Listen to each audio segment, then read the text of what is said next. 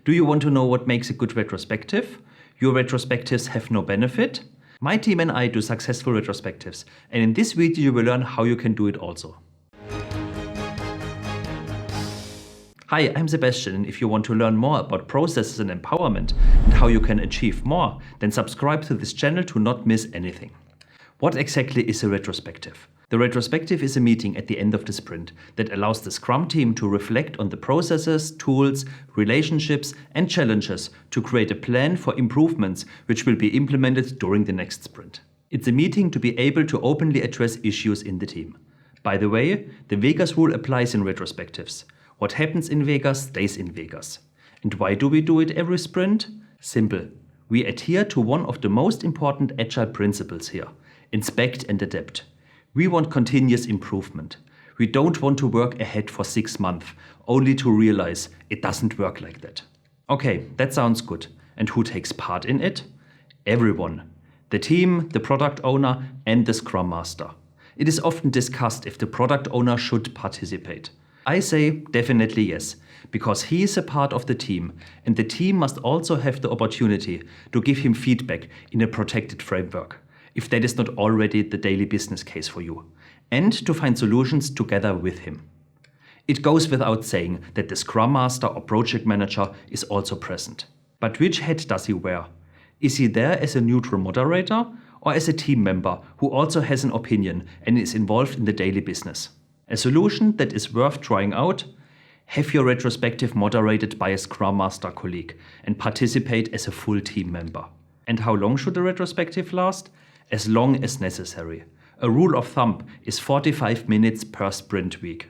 So for a 2-week sprint, 1.5 hours. And why as long as necessary? Simple. There is nothing more annoying than being in a good goal-oriented discussion and then having to stop the meeting because the room is no longer available, or people are constantly checking the clock because they have a follow-up appointment. The retrospective itself then is divided into 5 phases. The first phase is the welcome and introduction phase. What is a retrospective? What are the goals? What happened to the agreed actions from the previous retrospectives? How have they been completed? And most importantly, how is a retrospective different from a sprint review? Do you know it? In the sprint review, we focus on the product, the increment, the what. In the retrospective, we focus on us, the processes, also the how. In the second phase, we focus on collecting data. For this, we can use some of the following questions. What was good in the last sprint? What was not good in the last sprint? What can we improve? How satisfied are we with the results of the last sprint? Did we achieve our sprint goals? If no, why? And also don't forget, if yes, why? After collecting, we can cluster and prioritize the answers with the team so that we can focus on the most important or painful ones first. And then we come to the third phase, where we go into the details. It's tempting to go straight for solutions now. But first we want to know the whys. The why is there a problem? Why did it work so well this sprint? The goal is to find the cause. We only know the symptoms. In the fourth phase then, we get down to the nitty-gritty. We want to decide on measures. What do we want to change and how? Here it is important to involve everyone in the discussion and the resulting to-dos. The whole team, meaning also including the product owner and the Scrum Master, have to work together. The team must want to change something, not only the Scrum Master. And if you're really awesome, your to-dos, your goals are smart as well. So specific, measurable, achievable, realistic and time-bound. And last but not least, as the fifth phase, we have the retrospective of the retrospective. Sounds like Inception, but it's quite simple. What do we want to do different in the next retrospective? What do we want to keep? With what feeling do we leave the appointment? Was our time well spent?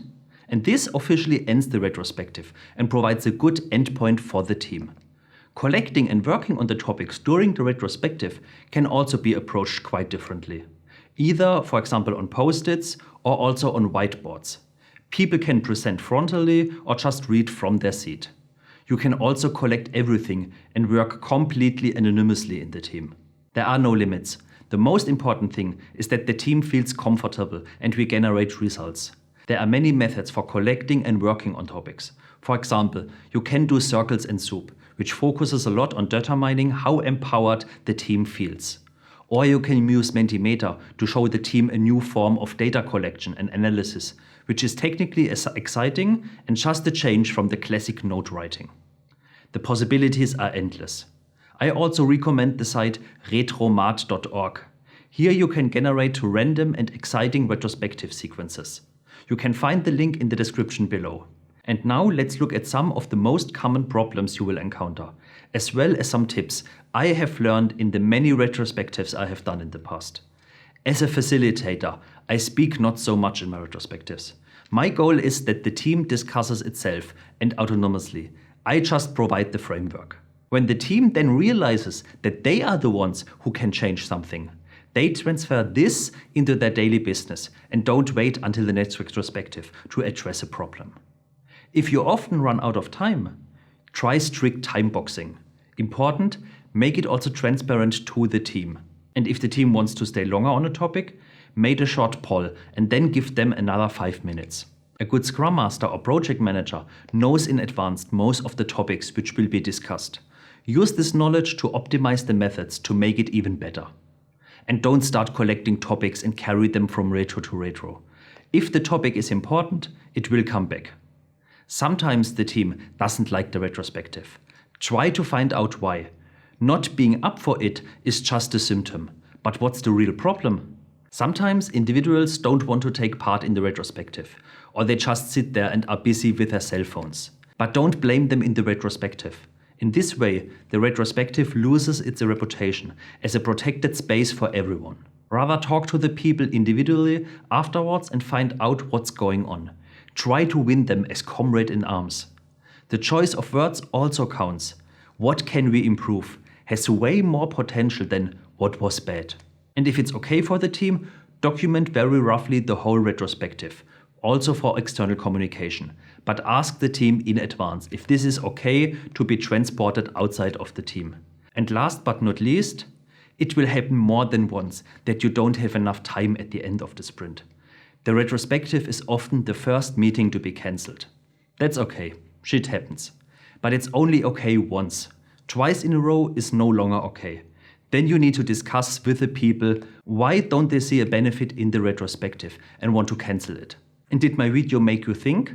Then I have achieved my goal and would be happy about a thumb up. And subscribe to my channel to learn more about empowerment and not to miss anything.